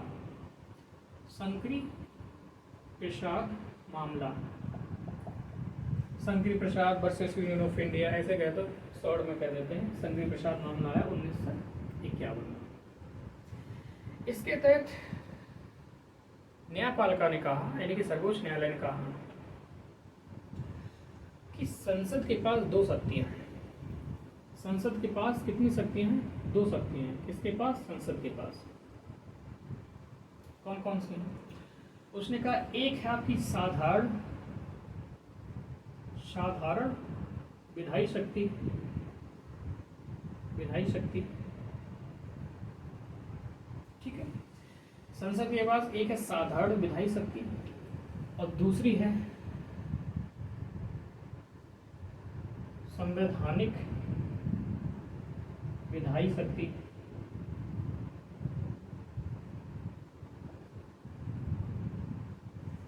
मतलब क्या हुआ? मतलब ये हुआ कि 1951 का जब मामला आया था, शंकरी प्रसाद का मामला आया था, तो न्यायपालिका ने यही बात की थी कि संसद के पास 2 अधिकार हैं, एक है साधारण विधायी शक्ति और एक है संवैधानिक विधायी शक्ति। साधारण विधायी शक्ति से वो है साधारण कानून बना सकती है, लॉ बना सकती है। यानी कि अगर संसद को कानून बनाना है, लॉ बनाना है, तो साधारण विधायी शक्ति के अंतर्गत बनाएगी। इसके अंतर्गत संसद के जितने भी लोग हैं वो आपस में मिलकर कानून बना लेंगे। लेकिन संवैधानिक विधायी शक्ति का मतलब क्या है? इसके तहत एक आर्टिकल दिया गया 368 और इसके तहत संसद संविधान के किसी भी उपखंड में, किसी भी प्रावधान में संशोधन कर सकती है। उसमें कुछ जोड़ सकती है, कुछ घटा सकती है, कोई परिवर्तन कर सकती है। तो संवैधानिक विधायी शक्ति के अंतर्गत संसद संविधान में कोई भी संशोधन कर सकती है। तो इसके लिए आर्टिकल 368 दिया गया है। अब यहाँ पे कानून बनाने के लिए तो आपकी जो प्रोसेस होगी बहुत साधारण होगी, ठीक है, बहुत नॉर्मल होगी। लेकिन आपको अगर संविधान में संशोधन करना है तो 368 के अंतर्गत जो प्रक्रिया का वर्णन है वो बहुत कठोर प्रक्रिया है, ठीक है, तो उसका पालन करना पड़ेगा, तब जाकर के आप संशोधन कर पाओगे। बहरहाल इसके बाद में एक मामला आता है 1965 में सज्जन सिंह का मामला आता है।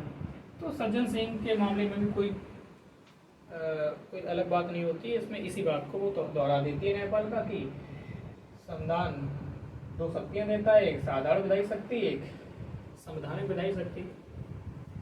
लेकिन बात पलटती है, एक मामला इसके बाद 2 वर्ष बाद आता है गोलकनाथ मामला। गोलकनाथ मामला आता है 1967 में, केवल 2 साल बाद। तो ऐसा क्या हुआ 2 सालों में कि सुप्रीम कोर्ट ने ऐसी बात कह दी जो कि नागवार थी विधायिका के लिए।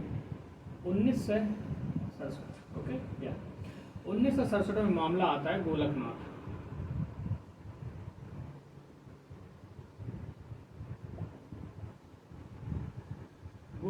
गोलकनाथ मामला आया 1967 में। इसमें इंदिरा गांधी प्रधानमंत्री बन चुकी थी, ठीक है। तो अभी शंकरी प्रसाद मामले में क्या हुआ था, उन्होंने कहा था कि संसद की 2 शक्तियां हैं, एक है आपकी साधारण विधायी शक्ति, ठीक, और दूसरी है आपकी संवैधानिक विधायी शक्ति, ठीक। लेकिन सज्जन सिंह के बाद जो आपका गोलकनाथ मामला आया 1967 में, 1967 में गोलकनाथ मामला आया, तो उसमें न्यायपालिका ने, सुप्रीम कोर्ट ने सीधे सीधे कह दिया कि विधायिका के पास साधारण विधायी शक्ति तो है, इसका मतलब वो कानून का निर्माण तो कर सकती है, लेकिन उसके पास संवैधानिक विधायी शक्ति नहीं है। इसका मतलब वे संविधान में संशोधन नहीं कर सकती। अब आप सोच लीजिएगा, इस कोर्ट कह रहा है कि पार्लियामेंट संविधान में संशोधन नहीं कर सकती है, तो पार्लियामेंट में क्या बीतेगी। पार्लियामेंट जनता का सदन है, जनता ने पार्लियामेंट में अपने नुमाइंदों को चुनकर भेजा है, और वही संविधान में संशोधन नहीं कर पा रहे। सोच के देखिएगा। हैरान। इसमें हुआ क्या था, इसमें हुआ ये था, आप ये देखिएगा कि न्यायपालिका की बात हो या फिर विधायिका की बात हो, संसद की बात हो या फिर सुप्रीम कोर्ट की बात हो, इन दोनों में एक बैलेंस रहता है। एक दोनों को चेक एंड बैलेंस करते रहते हैं, प्रति संतुलित करते रहते हैं, और जो खूबसूरत उनमें बैलेंस बना रहता है, उसी से शासन व्यवस्था अच्छी चलती है। और बैलेंस डगमगाएगा, चाहे वो न्यायपालिका मजबूत हो जाए बहुत, या फिर विधायिका बहुत मजबूत हो जाए, तो देश की शासन व्यवस्था पर उसका प्रभाव पड़ता है, काफ़ी नकारात्मक प्रभाव पड़ता है। तो इस समय इंदिरा गांधी 1967 में इंदिरा गांधी प्रधानमंत्री बन चुकी थी। इंदिरा गांधी की पार्टी में बहुत कमज़ोर स्थिति थी। एक समय तो ऐसे था, उनको गूंगी गुड़िया कहने लगे थे लोग। वो संसद में कुछ जवाब ही नहीं दे पाती थी, डर जाती थी। सोच के देखिए कि सभी लोग वहाँ पे पुरुष हैं, उनके बीच में एक महिला है, और वो भी महिला जैसे बहुत ज़्यादा राजनीति का बहुत ज़्यादा अनुभव नहीं है, जैसे कि जवाहरलाल नेहरू को था या फिर शास्त्री जी को था। और उनके सामने एक से एक दिग्गज लीडर बैठे थे। मोरारजी देसाई, जो बम्बई के चीफ मिनिस्टर भी रह चुके थे उस समय का बम्बई, जिस समय गुजरात और महाराष्ट्र दोनों एक था, दोनों यूनाइटेड थे, उस समय वहाँ के सीएम रह चुके थे। तो उनके सामने इंदिरा गांधी कैसे जवाब देती, क्या बोलती। तो उस समय पार्टी में उनकी स्थिति बहुत कमज़ोर थी। पार्टी वालों ने इसलिए उनको बनाया ही था कि कामराज उस समय पार्टी के अध्यक्ष थे, तो उन्होंने इसलिए उनको बनाया ही था पीएम, ताकि सरकार पे पार्टी का कंट्रोल रहे और इंदिरा गांधी के कामराज के हाथों की कठपुतली रहे, ये सोचना था। उसी समय आपने देखा 1967 में इन्होंने क्या किया, इन्होंने फिर भी कर समाप्त किया है। इन्होंने 14 बैंकों को राष्ट्रीयकरण कर दिया, नेशनलाइज कर दिया। लेकिन सरकार ने, न्यायपालिका ने क्या किया, इनके इन दोनों ही निर्णयों को खारिज कर दिया। क्यों खारिज कर दिया वो भी बताते हैं। प्रिवी पर्स क्या था, प्रिवी पर्स एक प्रकार की सुविधाएं थी, क्योंकि जब हमारा देश आज़ाद हुआ था उस समय कुल मिलाकर के 5 से 65 रियासतें थीं, देसी रियासतें, राजे रजवाड़े नवाब हुआ करते थे। तो उनसे कहा गया था कि आप भारतीय संघ में विलय हो कर लीजिए अपने आप को, ठीक है, हमारे साथ रहिए।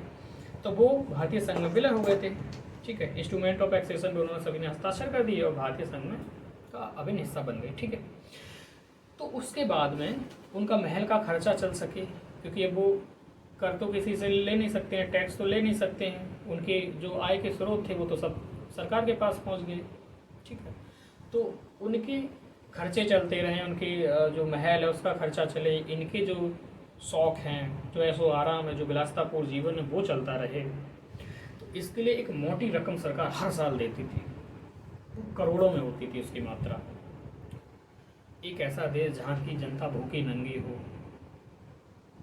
जिसके पास तन को ढकने को कपड़े ना हो, 2 वक्त की रोटी ना हो, सरफे छत ना हो, और दूसरी तरफ की जनता को इतनी मोटी रकम करोड़ों में दी जा रही थी, तो क्या ये समाजवाद के प्रावधानों को लागू करता है? क्या है समाजवाद को आगे बढ़ाने जैसा हुआ?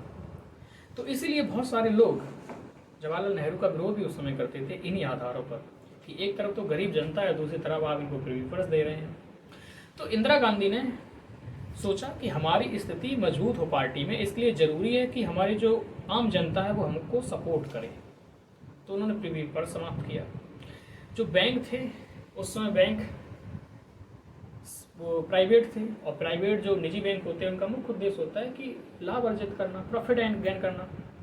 उनका उद्देश्य, उनका टारगेट सर्विस देना नहीं होता है, उनका उद्देश्य होता है लाभ कमाना, प्रॉफिट कमाना। ठीक है, तो इन्होंने क्या किया, उनको राष्ट्रीयकरण कर दिया, उनको सरकारी बैंक बना दिया, ताकि इनकी जो शाखा हैं गाँव में भी खुल सकें, कस्बों में भी खुल सकें, और जनता इनसे जुड़े और देश का विकास हो।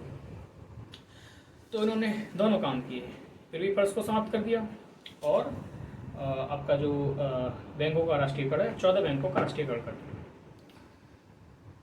इससे क्या हुआ, हमने आपको बताया था आर्टिकल 31 के तहत संपत्ति का अधिकार एक मौलिक अधिकार था, और इनके इस मौलिक अधिकार का उल्लंघन हुआ लोगों के, ये पहुंच गए सीधे सुप्रीम कोर्ट में।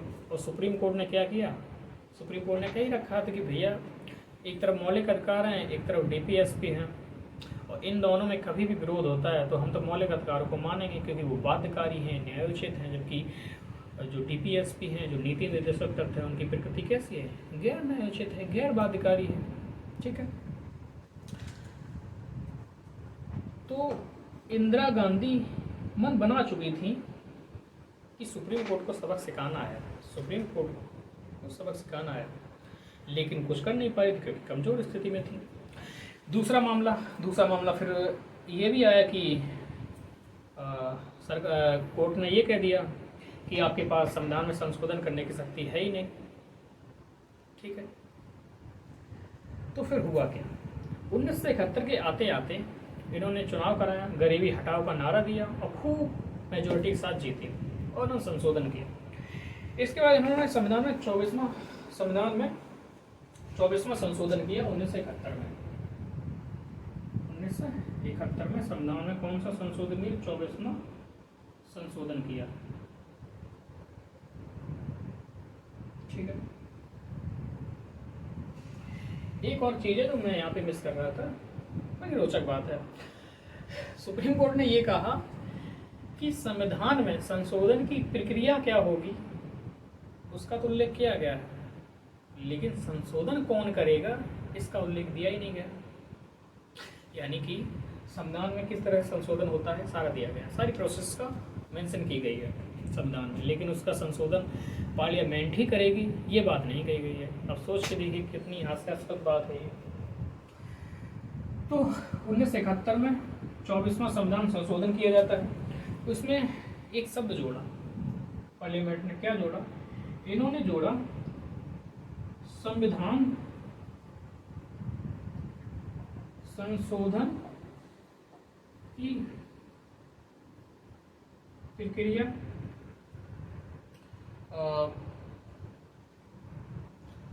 तथा संशोधन का अधिकार।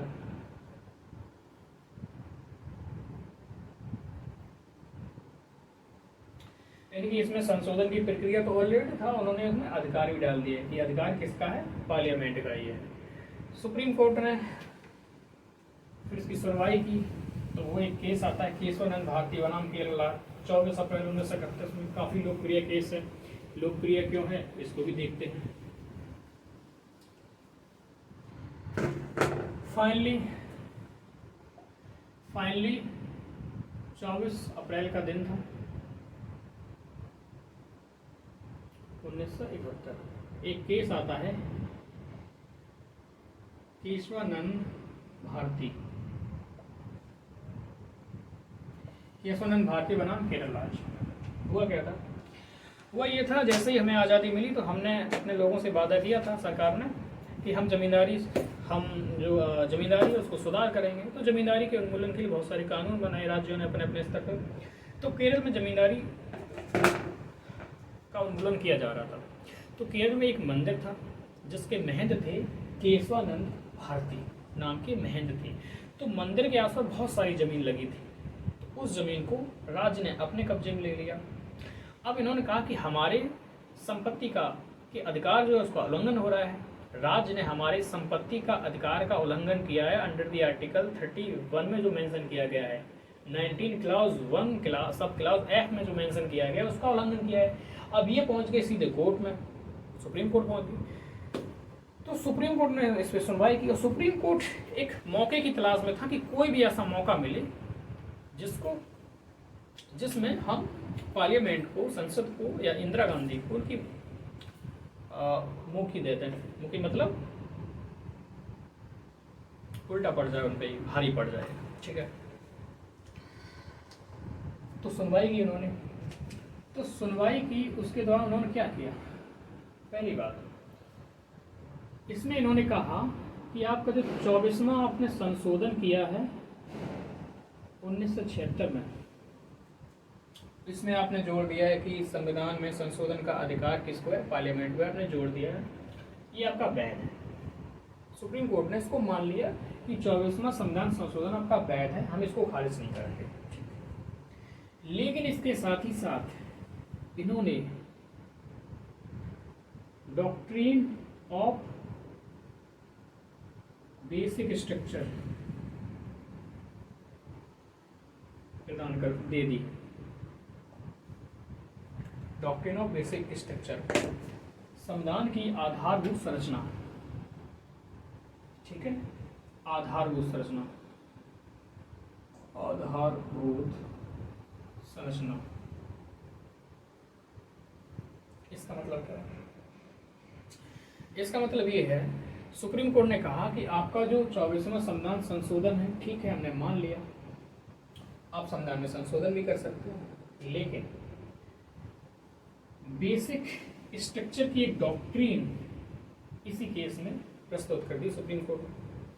ये केस इतना लोकप्रिय था, इसकी लोकप्रियता इस तरह से जान सकते हैं कि इसमें 13 जजों की बेंच थी और 13 जजों में 7 और 6 के अनुपात में डिसीजन दिया गया था। सीकरी उस समय चीफ जस्टिस ऑफ इंडिया हुआ करते थे।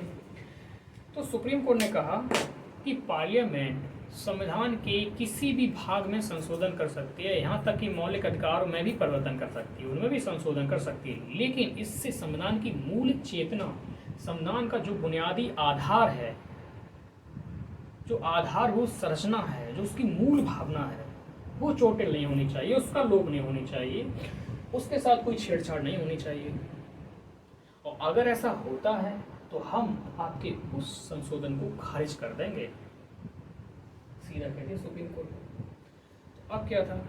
अब सुप्रीम कोर्ट के पास बहुत बड़ी पावर आ चुकी थी, क्योंकि इस आधार पे सुप्रीम कोर्ट सरकार के किसी भी फैसले को खारिज कर सकती थी। बस उसको एक सेंटेंस कहना था,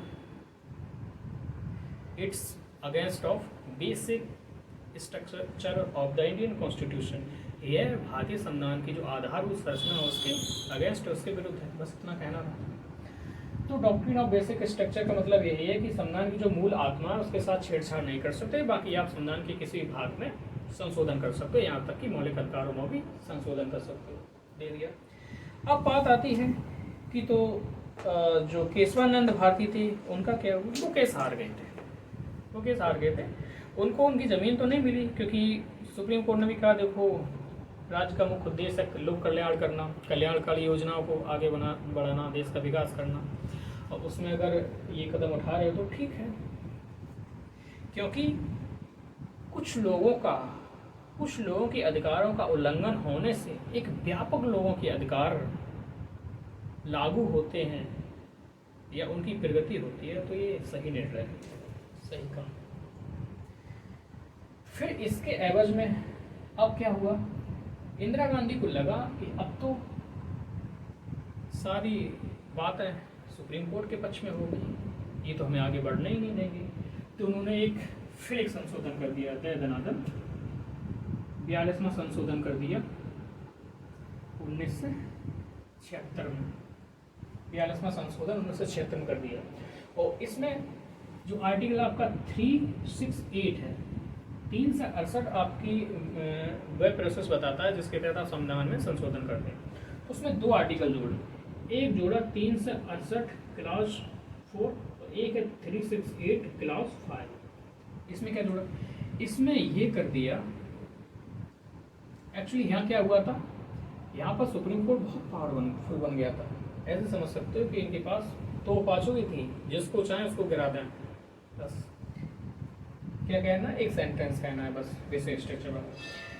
तो 3 से 68 और 4 यानी कि 368 क्लास 4, इसमें कहा संसद ने जोड़ा कि जो पार्लियामेंट है, पार्लियामेंट संविधान में जो भी संशोधन कर सकती है तो उसको सुप्रीम कोर्ट में या किसी भी देश की न्यायपालिका में चैलेंज नहीं किया जा सकता है, चुनौती नहीं दी जा सकती है। तो जो भी संशोधन हो रहा है उसको चैलेंज नहीं किया जा सकता, नो चैलेंज। ठीक है। 3 से 68 क्लास जो 5 है, इसमें जोड़ा गया कि संसद संविधान में किसी भी सीमा तक संशोधन कर सकती है, यहां तक कि संविधान की जो मूल चेतना है उसको भी बदल सकती है, यानी कि उसकी कोई सीमा नहीं होगी, नो लिमिट, संशोधन की नो लिमिट। अब आप सोचिए, अब आप सोच के देखिए कि क्या जो डॉक्ट्रिन ऑफ बेसिक स्ट्रक्चर था, जिसमें आधारभूत संरचना का सिद्धांत निहित था केशवानंद भारती केस में, तो क्या इसको पलटने की चेष्टा नहीं की सरकार ने 42वां संशोधन में? इसमें हुआ क्या, इन्होंने तो यही कह दिया कि हम संशोधन कर रहे हैं, पहली बात तो आप यहाँ नहीं जा सकते हो, यहाँ जाने के जो आपके गेट थे उसको बंद कर दिया, ठीक है, आप जा ही नहीं सकते। दूसरा, आप किसी भी सीमा तक संशोधन कर सकते हो, यानी कि आप मौलिक अधिकार को भी चाहो हटा सकते हो, मतलब तो यही हुआ, नो लिमिट। आप चाहें तो मौलिक अधिकार भाग 3 को भी हटा सकते हो। तो सीधी सीधी थी सरकार, सीधा सीधा था। जो केशवानंद भारती केस था, इसको ही पलटना चाह रही थी, इसको ही पलटने का पूरा प्रयत्न कर रही थी, ठीक है, लेकिन ऐसा नहीं होता है। हुआ क्या, उसके बाद 4 साल बाद एक केस फिर आया, 4 साल बाद एक केस फिर आया, मिनर्वा मिल्स 1980 में, ठीक है। 1980 में एक केस आता है मिनर्वा मिल्स, ठीक है। इसमें जो अभी तक न्यायपालिका बनाम संसद की जो जंग चल रही, जो झगड़ा चल रहा था, इस केस में आते सब समाप्त हो गया। इसमें सारी चीजें स्पष्ट हो गई, सब समाप्त हो गया, ठीक है।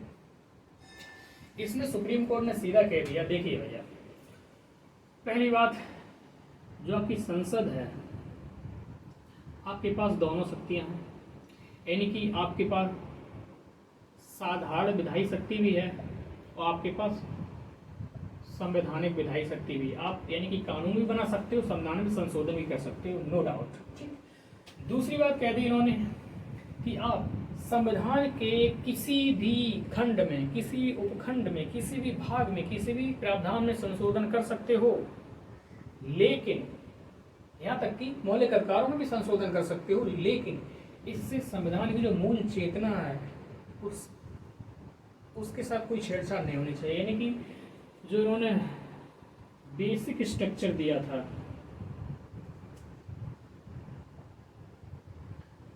जो बेसिक स्ट्रक्चर का जो कंसेप्ट दिया था, उसको फिर बहाल कर दिया।